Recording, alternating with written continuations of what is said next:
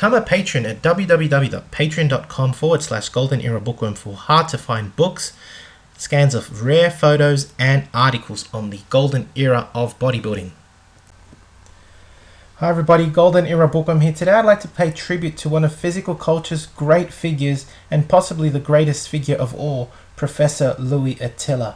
To most authorities, he is considered the true father of bodybuilding because it was he who was the mentor and teacher of Eugene Sandow, who went on to popularize physical culture and become its greatest ambassador in the Bronze Era. However, to most of us today's audience in particular, Professor Attila remains relatively unknown, an unheard of figure in physical culture history, and it's no surprise seeing, for example, that the trophy that is handed out in the Mr. Olympia nowadays is called the Sandow. Eugene Sandow definitely stole the limelight from his great mentor, and I hope that today's video can actually restore some of the long overdue accolades and honors that Professor Louis Attila definitely deserves. Let's start off with this awesome painting of Professor Attila, and you can see here he is in his leopard leotard with all these medals as most strongmen actually used to sport back then. He's got these strongman bracelets, these Roman-like sandals, so he looks like a gladiator. And I mean, this is a look that most strongmen later adopted. He's holding a club in his hand, looking all caveman, prehistoric. There's ring weights behind him, a globe barbell, globe kettlebells, globe dumbbells, and even a chest expander by his feet. And on the left we can actually see the Farnese Hercules, a statue of it. It's a beautiful painting that was painted by one of the royal painters at Queen Victoria's court, believe it or not, and it was given to Professor Attila in gratitude for his work as a personal trainer to the royal family. This is how highly regarded Professor Attila was in his day. It now actually hangs at the Todd McLean Physical Culture Collection at the University of Texas in Austin, and this is just awesome. I love talking about the history of physical culture, and I hope you truly enjoy this video. His real name, Ludwig Durlacher, he was actually born in 1844 in Karlsruhe, Germany. And Professor Attila changed his name later on when he became a strongman showman. He was a physical culturist and gym instructor. He was very, very well educated, as many strongmen were in the day, and actually played the piano very well as well, and spoke 5 languages. I mean, we can almost call these guys academics. I mean, these guys are just really, really smart. And here he is, the legendary strongman, again in his leopard skin outfit, and again with his strongman bracelets, Roman-like sandals, looking like a Roman gladiator, holding his globe barbell and ring weights with dumbbells at the feet. He looks awesome. And again, this is a look, for example, that many strongmen adopted later on, especially that thick mustache. I mean, I'm pretty sure that everyone wanted a mustache like Professor Attila back in the day. Now, Professor Attila himself had a mentor called Felice Napoli, who was himself an Italian strongman, and he actually toured in circuses around Europe.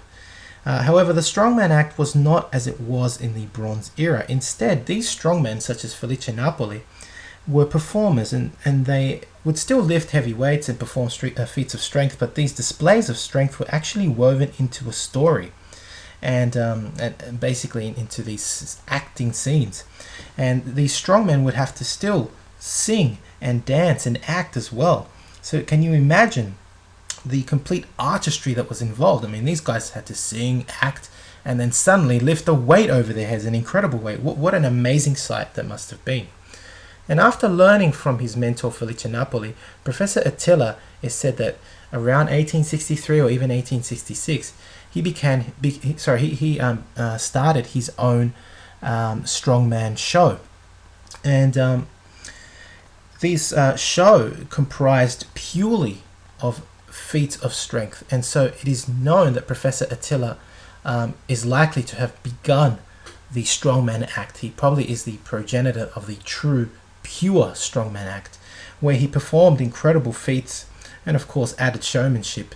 For example, he invented the Roman chair and the Roman column, which is said to have been based on what he saw as the strongman feats of Felice Napoli. And he also did the human bridge, which was later known as the Tomb of Hercules, again famously performed by many of his students, including Eugene Sandow. And so yeah, you could really say that Professor Attila was the progenitor of the strongman act. Now here we have these excellent images of the kinds of apparatuses and feats of strength that Professor Attila actually used in his own strongman feats. For example, the photo on the left here shows Sigmund Klein. Sigmund Klein, believe it or not, inherited Professor Attila's gym in New York. And here he is, what he looks like to be performing sit-ups, or an exercise at least, on the original Roman column. And therefore this is Professor Attila's Roman column. It's pretty incredible to know that these photos exist, and I've actually shown this in a video before where I've detailed the Roman chair and the Roman column, which were both created by Professor Attila. They were invented by him. And these were actually not used for necessarily for exercising, but Professor Attila actually used these to lift incredible weights which would be lying on the floor behind him, and he would use all his brute strength to basically leverage the weight up. That's how the Roman column and the Roman chair were actually originally used. Pretty incredible. And pretty incredible again to see that this is Professor Attila's original Roman column. Now it is said that Sigmund Klein married Professor Attila's daughter, and this is how he inherited his gym. And his gym was basically like walking into a physical culture museum, and of course it contained all of Professor Attila's stuff. It must have been incredible. Now on the right we have an image here, a cartoon of Eugene Sandow performing the Tomb of Hercules, which was again something that he learned from Professor Attila. Pretty incredible. Now I like to believe that Professor Attila was the first true iron guru, and I'll explain myself as to why I believe this.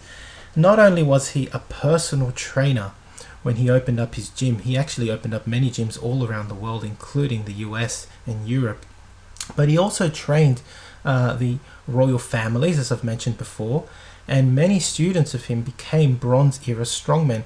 And the list is like literally the who's who of strongmen of the Bronze Era. We're talking about not just Eugene Sandow, but Warren Lincoln Travis, Lionel Strongford, Rolando Titus, Anthony Baker, Bobby Pandur, Louis Sir. Man, I mean, what a list. Horace Barr and Arthur Danduran, amazing. Adolf Nordquist and Milo Bryn. I mean, this is the who's who of the strongmen of the Bronze Era. Incredible. What a list of students. They were his students, so you can imagine what kind of a teacher Professor Attila was. He also trained athletes such as world heavyweight champion boxer James C. Corbett. And here is a great cartoon of, I believe, from a French magazine or newspaper showing Professor Attila training a young female with light dumbbells. Again, you see the dumbbells scattered on the floor, and what he looks like to be using some kind of a cable apparatus. Here's another real cool old cartoon of Professor Attila at his gymnasium in New York, and I believe it's taken from 1895 from a newspaper or magazine, and it's an advertisement for his gym, and you can actually see him here holding a globe dumbbell which looks to be 100 pounds if I read that correctly. And there's students and people gathering around watching him teach and perform all these feats of strength. Amazing. Now here we have a scan of a very, very rare photo showing Professor Attila's athletic studio and School of Physical Culture in New York, approximately taken around the early 1900s. And we can see, if you look really carefully, we've got all sorts of awesome equipment. On the left, we've got globe barbells. We've got some dowel rods, probably for doing all kinds of waist exercises. If we look under that mirror on the left, there's some Indian clubs and dumbbells scattered around. Now if we look towards the window, we see that on the left there is the Roman column, again that Sigmund Klein later inherited, because remember this gym was inherited by Sigmund Klein. We have what looks to be like a boxing bag there, and Professor Attila looks like he's casually sitting there chatting to someone who's training, one of his students most likely. There's paintings all over the walls, and on the other side there's more globe barbells, dumbbells on the floor. Yeah, I mean, just imagine training here. Wow, that's just incredible. It's a beautiful photo, and I think there's even cables here on the right hand side. Yeah, I mean, I could just look at this image all day and pick at it. It's just fantastic. Unfortunately, most people believe that Sandow invented the light dumbbell system, which is completely not the case. It was Professor Attila who taught the system to Sandow, who later took credit for it and popularized it. He popularized it though rather intelligently through marketing, through some very intelligent marketing, that is. Now this system was taught by Professor Attila to his students, who later also became strongmen, and they also later modified the light dumbbell system taught to them by Professor Attila and sold it under a different name. So I mean, he was just bamboozled from left, right and center, the poor man. Now the original system as taught by Professor Attila was eventually published, although much later, and contained 27 different exercises as opposed to Sandow's 17 or so exercises. And as I mentioned earlier, his students modified the system and sold it under their own name.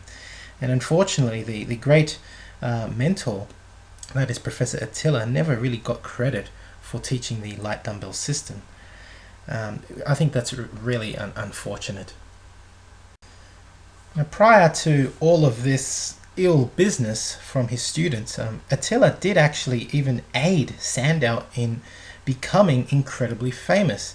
It was he who actually arranged the infamous challenge with the strongmen Cyclops in London. I mean, this is a story that's been told on again and again and again. And of course, after this challenge, which was arranged by Professor Attila, Sandow became an instant star. And he also became a personal trainer and an ambassador for bodybuilding himself. And both of them actually, Attila and Sandow, when they were in good terms with each other, they actually toured together throughout Europe doing strongman acts as a double act. And here's a great cartoon of both of them dressed similarly in these animal skins and looking like Roman gladiators. As I mentioned earlier, his students adopted, Professor Attila's students adopted his look. Yeah. Unfortunately, Sandow and Attila had a falling out later on. If you'd like to purchase the original light dumbbell exercise system as taught by Professor Attila, you can find a copy of this very rare book on my website, www.goldenerabookworm.com. So I hope you've enjoyed watching this video on one of the greatest figures in physical culture history, that is Professor Attila, who taught the who's who of Bronze Era strongmen everything they basically knew, including the light dumbbell system. I'll leave you with these two fantastic paintings of the great Professor Attila. Again, just enjoy them. I do all the time. So again, I hope you've enjoyed watching the video. If you have, please give the video a thumbs up, subscribe if you haven't to the Golden Era Bookworm, leave me your comments, and thank you for watching. If you'd like to support my work, please donate via PayPal or become a patron, and you can find many courses and books on old school bodybuilding and even strongmanism on my website, www.goldenerabookworm.com. That's it for me. This is the Golden Era Bookworm. Hope you enjoyed the video. Bye for now.